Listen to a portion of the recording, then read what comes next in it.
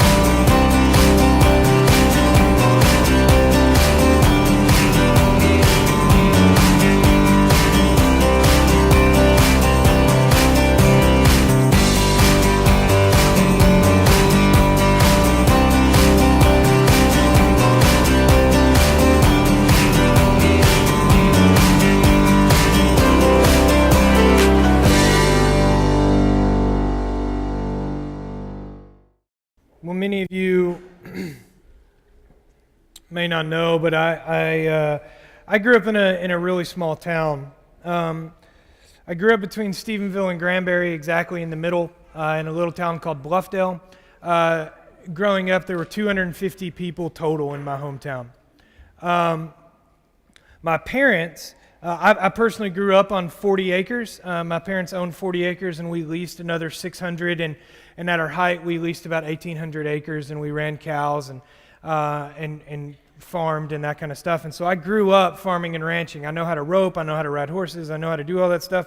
I'm a little bit more top-heavy than I used to be, and so I don't know how the horse thing's going to work out if I were to try that. No jokes, please. But that's where I come from. And my dad makes saddles for a living and belts and chaps and anything out of leather. He's really an artist in that way. His claim to fame actually is, if you remember the show Walker, Texas Ranger, Walker's gun holster, my dad made that. That's Taylor Saddle Shop property right there.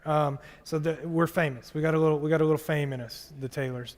Go ahead and tell everybody you know that I know Walker, Texas Ranger when I don't. Well, I grew up, and whenever you grow up in the country like that, you're undoubtedly going to listen to heavy metal. No, I'm just kidding. You're going to listen to country, and whenever I say country, I mean country. And so know this. One, if you're listening to a country band, a country artist, and the lead singer has long hair, he's out. It doesn't even count. So Keith Urban, you're out. You know what I mean? He's not country. He's something else, okay? And so don't even try to debate me. I'm going to dominate you on the conversation. Here's what I grew up listening to. Bob Wills and the Texas Playboys. Yes. Gene Autry. If you bring up Gene Autry to my mom, here's what she's going to say to you. You know, one time I sat on Gene Autry's horse, and I say, Mom, nobody cares, right? Gene Autry. Merle Haggard. I love Merle Haggard. Emmylou Harris. Oh, that's soulful music right there, man. Sorrow, it's good stuff. The list goes on. There's really too many to count. Those are just some of my favorites. But my all-time favorite, even to this day, is Johnny Cash. Nothing soothes my heart like Johnny Cash. I own almost all of his records. I own almost all of the albums. Many of the songs I can sing from memory. I won't because I sound like a broken parakeet whenever I sing. But I love him. I think I love him. One, because of his voice. He's got that deep bass, that deep baritone, and that's kind of my dad's voice. It's not, my dad's isn't quite as deep, but my dad just has a deep, rich voice, and so it just kind of brings some soothing to my heart. And we would listen to Johnny Cash, and here was kind of the routine for our life: is we would go out and we would work all day long, and we would build fence, or we would build a barn, or even now, you know, my dad has 47 projects going at the same time, and so there was always something to be done. And we went through a spell where my mom thought it was going to be a good idea to milk our own cows.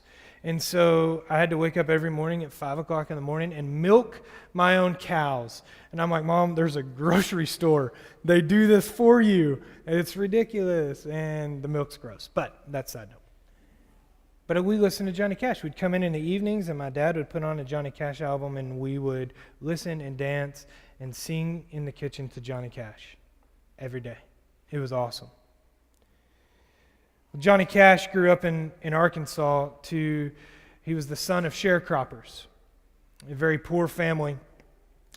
Johnny Cash actually said later in life that there were times in his life that they were so poor and they had so little that he felt like they were going to starve. They just didn't have anything. His mom would sing gospel music to him as she was picking cotton, and a close friend taught him to play the guitar, and by age 12, Johnny Cash was singing on the radio. At age 18, he had enough of the sharecropper's life, and so he joined the Air Force and went away.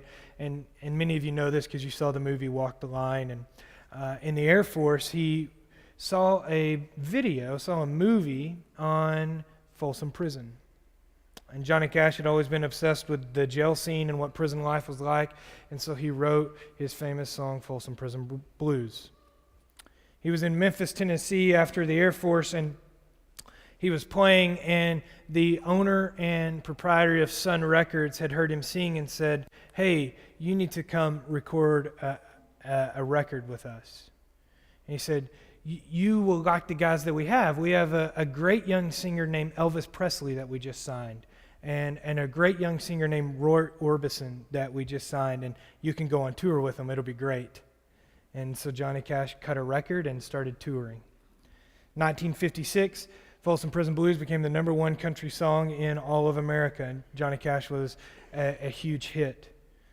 He then proceeded to go on tour all over the country, all over the world. This life persisted the rest of his life. Constant tours, constant moving. Well, in the late 50s, he was introduced to amphetamines, and he became a drug addict. Johnny Cash was the original bad boy of music.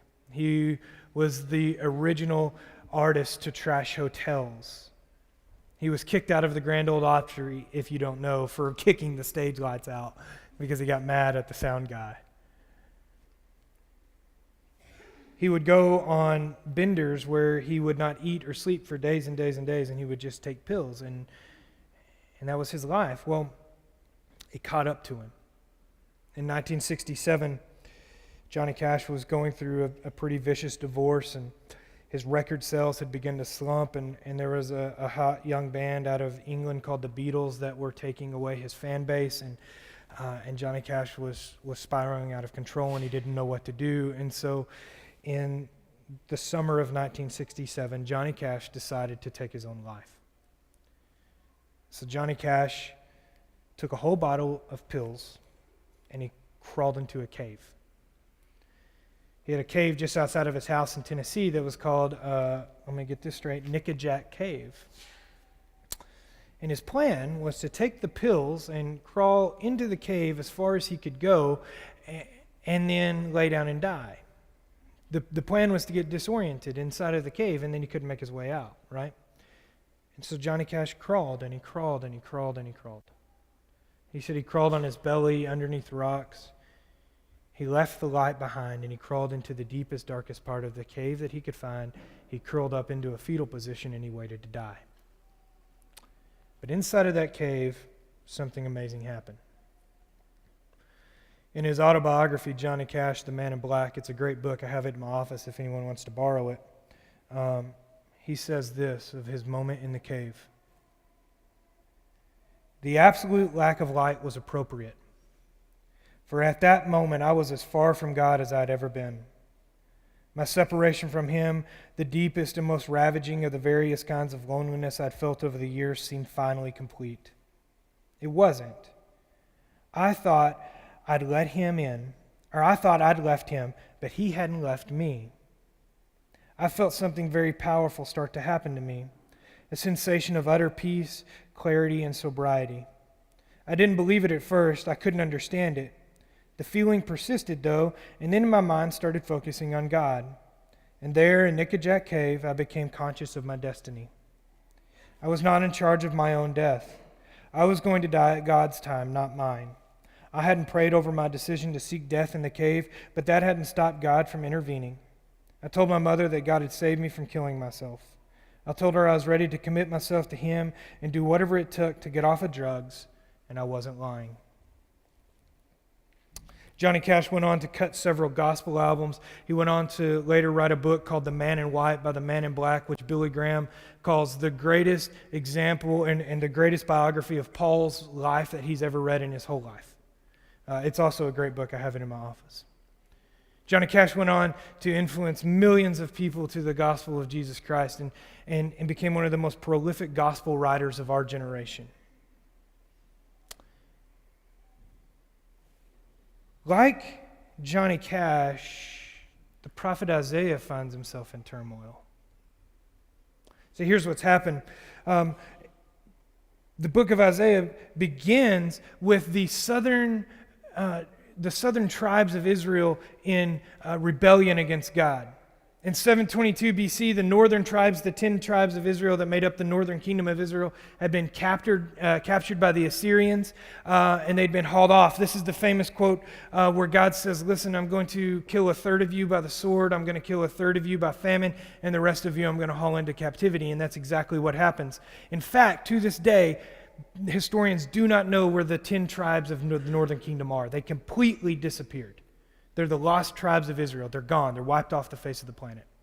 They're totally assimilated into Assyria, and all that is left is the 2 tribes of the southern kingdom. And this is who Isaiah is ministering and prophesying to, these southern tribes. And here's what these tribes are engaged in. They had watched previously their compadres in the northern kingdom be totally wiped out, and the southern tribe is basically following the same path. They are exchanging worship of the immortal God, the holy God of Israel, for the created gods that they're making with their hands. They're falling into idolatry. They are falling into adultery. They are falling into paganism. They are taking on the gods of Egypt and Babylon and Assyria, and they are pushing aside the holy God of Israel. And God, in the book of Isaiah, is saying to them, listen, if you don't stop, I will do the same to you as I did to the north. You've got to come to me. And if you don't, I'm going to kill a third of you by the sword, and I'm going to kill a third of you by famine, and I'm going to haul the rest off. Well, Isaiah is saying this, and it's a hopeless situation. I think Isaiah is terrified. I would be terrified. But here's what I love about God. This is why I follow God, actually. It's not because God's going to kill us. See, that's preached sometimes. If you sin, God kills you. And although that's in Scripture, that's not why I follow Jesus. I follow Jesus because of chapters like Isaiah chapter 30, where God says, listen, there's going to be punishment for sin, but know this, there's hope. Here's what he says in Isaiah chapter 30, starting in verse 19. He says, O people of Zion, who live in Jerusalem, you will weep no more. How gracious he will be whenever you cry for help. As soon as he hears, he will answer you. Although the Lord gives you the bread of adversity and the water of affliction, your teachers will be hidden no more. I think he's talking about Jesus there. With your own eyes you will see them. And here's our verse.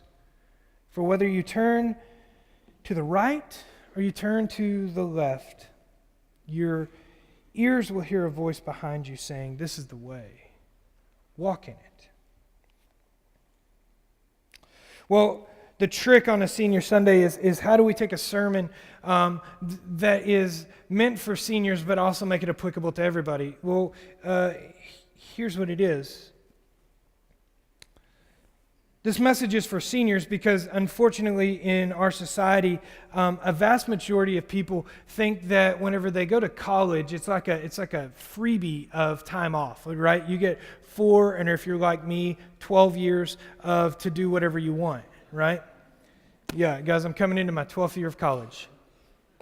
Since 2002, baby. Keep it rocking. But there's this kind of myth that's put out there that whenever you go to college, it's your time to experiment. You get to do whatever you want. Go have fun, yada, yada, yada. And we are buying this hook, line, and sinker. And then what happens is students who go to college and they have a deep love for the Lord, and I'm not saying that they don't, but maybe they just find themselves in a situation where they thought, man, how did I get to this place? It's a pretty common occurrence. Well, it's a senior message because here's the deal. Here's what I love about Jesus. He says, listen, whether you go to the right or to the left, you're going to hear a voice behind you, and it says, I'm with you. And so in the moment of your deepest, darkest sin where you think, I cannot be any further from God, God speaks and says, I'm with you. Johnny Cash experienced it in a cave. In his moment of deepest loneliness, God spoke to him. See, it's a message for the rest of us who aren't seniors because the reality is that a lot of us bring into this room today hurt and pain. We bring into this room arrogance that says, I do not need God and I don't need to listen to what this guy's saying because I've already got everything all together. I'm perfectly fine with who I am. We bring that into this room, and God says, listen, whether you go to the right or to the left, I'm with you. The thing that I love about Jesus, the thing that I love about God the most is that the more that I fail and the more that I struggle, God says, I'm with you, Ryan. I am fully aware that I don't know you. I'm fully aware that right now in this room, there are people struggling in their relationships with each other.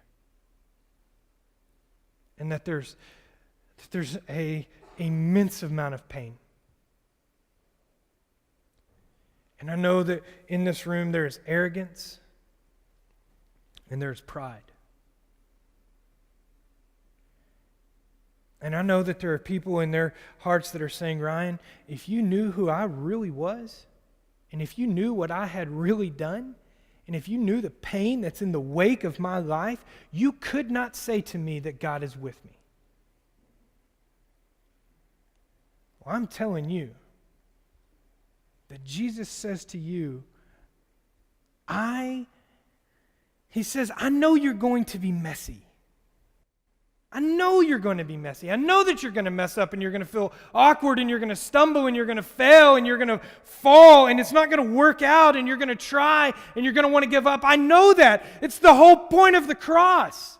The cross is the mighty picture of God's love for us. That's the whole point of Calvary. Is that whenever we fail and we feel awkward and we feel messy, Jesus says, I'm with you. I've conquered death. And maybe you're going, well, Ryan, there's an extreme amount of judgment. Here's what Jesus says to that. In Romans 8, chapter 1, it says, there's no condemnation for those who are in Christ. Here's what he's saying. I own the courts. They're mine. And if I don't bring a charge against you, who can?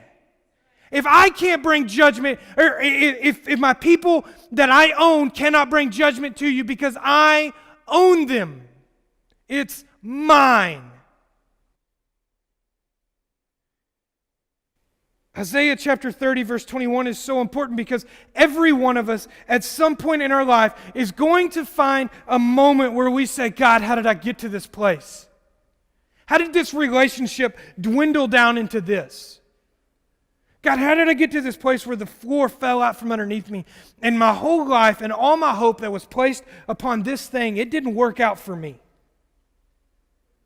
What do we do whenever our retirement funds fail? What do we do when we're so arrogant that we say, I don't need Jesus, I own a boat. I live in $1 million home, I don't need him. I'll go to church and I'll do that, but I don't need Jesus. I've got my life together. We're going to come to a moment where we wake up and God says, listen, here's what you need to know. I don't condemn you. There's no condemnation for you. Like Johnny Cash, we're going to hear a voice that says, hey, I'm with you. I'm with you in this. A year ago tomorrow, Karen and I's whole world fell out from underneath us. I mean, it was gone. A year ago tomorrow. And I'm telling you that I followed Jesus because without him, I don't stand here today. That I believe the message of the cross whenever he says, there's a voice behind you saying, this is the way, follow me. And then if we'll stop placing all of our hope in our own self-worth and we'll just say, Jesus, I'm not worth anything, but I'm going to give you everything I got, man, it'll change everything. Seniors, this is a senior message because you have a choice as you go to Mary Hardin Baylor and as you go to ACU and as you go to UT and as you go to Texas Tech and as you go to these places, A&M, all over the place. Nobody's going to Baylor, and that's sad for me. It's all right, I forgive you. There is condemnation with me. You need to know that, right? But as you go to these places, you're faced with an incredible choice. Do I buy into society that says I get 4 years off and I get to do whatever I want? It's free for all. I get to sow my wild oats. That's such a lie straight from the pits of hell. I don't even know what it is. I mean, it's just foolish. Sow your wild oats. That's ugh. No. I will promise you this, seniors. No matter where you go to school, it can be the best Christian school in the whole world. You're going to wake up at some point and you're going to have the realization, God, how did I get to this place? Jesus says, I'm with you. Here's the way, follow in it. Maybe you're 50 years old and you think, man, how did I get here? I was supposed to be this, or I was supposed to do this, or my life was supposed to look like this. Jesus says, here's the way, follow in it. It's me, I'm with you. I didn't forsake you, I'm not gone. I love Isaiah because in the hopeless situation, Isaiah gives us an incredible amount of hope. When everything's gone and all the light in your life is sucked away, Jesus says, I'm with you. It stirs my heart for him. It creates in me worship. The sweetest moment of worship I've ever had in my life, I've had some incredible opportunities in my life, and immediately after I graduated high school, I accepted Christ the year before. I was 17, a junior in high school, and I accepted Christ, and I began to follow him. Went through my senior year, and it was a rough year, let's just say that. And graduated high school, and my older brother comes to me, and he says, hey, I'm going to China. Do you want to go with me? And I'm like, I guess, right? And so I get a passport, rush a passport in, and I spend 2 months in China, right after I graduated high school, before I left for college. My mom was super happy about it. That's a lie, she wasn't. And I figured out pretty soon why this group of guys wanted me to go. Everybody on the trip, except for me, was over the age of 35. 35 plus, everybody's got kids, everybody's got, wife, family, it's all together. And then there's me, 18-year-old kid. And I figured out pretty quickly what they wanted me to do.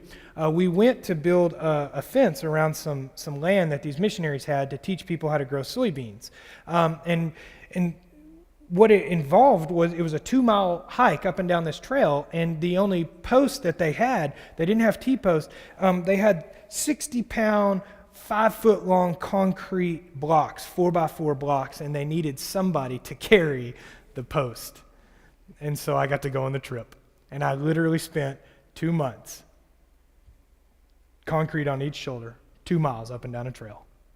That's all I did. And towards the end of the trip, I'd never been so tired in my whole life. I mean, you may not believe it, but I was down to about 210 pounds. I mean, I was just, for me, that's skin and bones, man. I've weighed 210 pounds since I was born.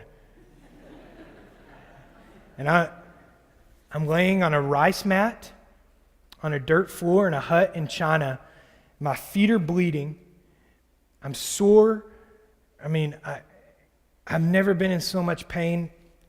In the sweetest moment of worship I've ever had in my whole life, I just simply said, Jesus, I love you with my whole heart, and I'll die for you if you need me to. And it was just this overwhelming peace where God says, I don't need you to die for me. You got to live. And it just stirs my affections, stirs my heart for him. Maybe you're here and you just need to worship. You just need something to stir you. And here's what it is. Jesus says, listen, in the job that's not going the way you thought it was, I'm with you. I'm with you. In the plans that are crumbling, I'm with you. In the family that's disintegrating, I'm with you. In the plans and everything's going exactly how it's supposed to be, no, I'm with you. It's not always bad, man. When everything's going well, God's with us, whether to the right or to the left. Maybe you're here and you're just scared of judgment. I think that's what the people of Israel more than anything were scared of, was God's judgment of them. They had saw what had happened to the northern tribes of Israel, and the southern tribes were absolutely afraid that whenever God's judgment comes, and it came, that it was going to be more than they could handle. And so God offers this an incredible amount of reassurance. Whenever you wake up and you realize that you've gone to the right or to the left, you're going to hear a voice, and it's my voice. It's my voice of love, and it's my voice of grace. It's my voice of peace that says, this is the way. Follow it. Follow it. So this morning, your response is simple. It's a simple response.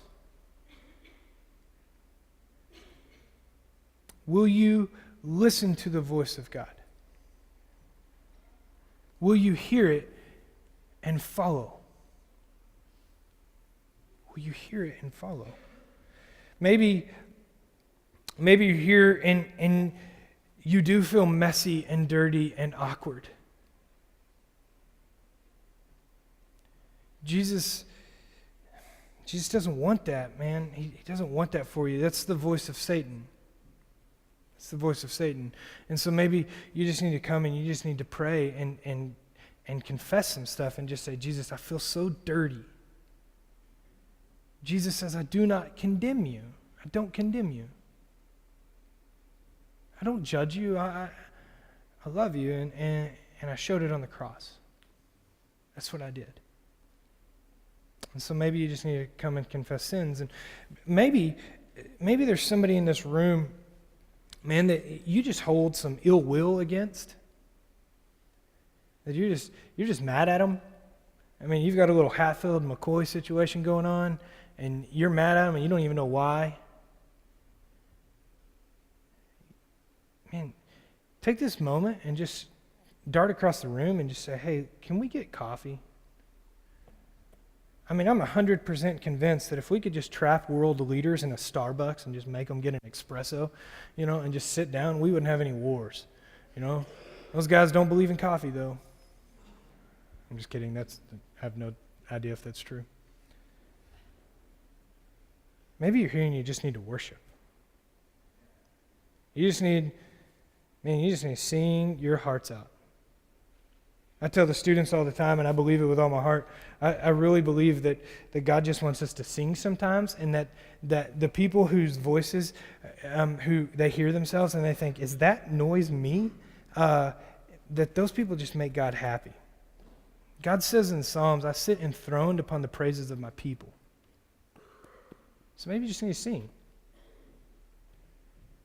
As Dory and those guys make their way up, I just want you to ask the question, how do I need to respond? Here's what we're going to do. As they come and get all set up, I'm going to read again the quote by Johnny Cash, but instead of you picturing Johnny Cash in a cave or you hearing Johnny Cash's voice, here's what I want you to do. I want you to hear the words that I'm going to say to you in your own voice. And I want you to hear and realize that this is the state of many of us. And so hear these words in your own voice and apply them to your life. I'm going to read it again. In the cave, the absolute lack of light was appropriate. For at that moment, I was as far from God as I have ever been. My separation from Him, the deepest and most ravaging of the various kinds of loneliness I had felt over the years, seemed finally complete. It wasn't. I thought I'd left Him, but He hadn't left me. I felt something very powerful start to happen in me, a sensation of utter peace, clarity, and sobriety. I didn't believe it at first. I couldn't understand it. The feeling persisted, though, and then my mind started focusing on God. And there in Nickajack Cave, I became conscious of my destiny. I was not in charge of my own death. I was going to die at God's time, not mine. I hadn't prayed over my decision to seek death in the cave, but that hadn't stopped God from intervening. I told my mother that God had saved me from killing myself. I told her I was ready to commit myself to Him and do whatever it took to get off drugs, and I wasn't lying. God says, I'm with you. God says, that if you'll just listen for it, there's a voice behind you that says, this is the way, walk in it. In all the pain and in all the joy and in all the grief and in all the happiness, God says, I'm with you. I'm never going to leave you. I'm never going to forsake you. God says there's no condemnation from me, that I don't even bring a charge against you, and if I don't bring a charge against you, who can?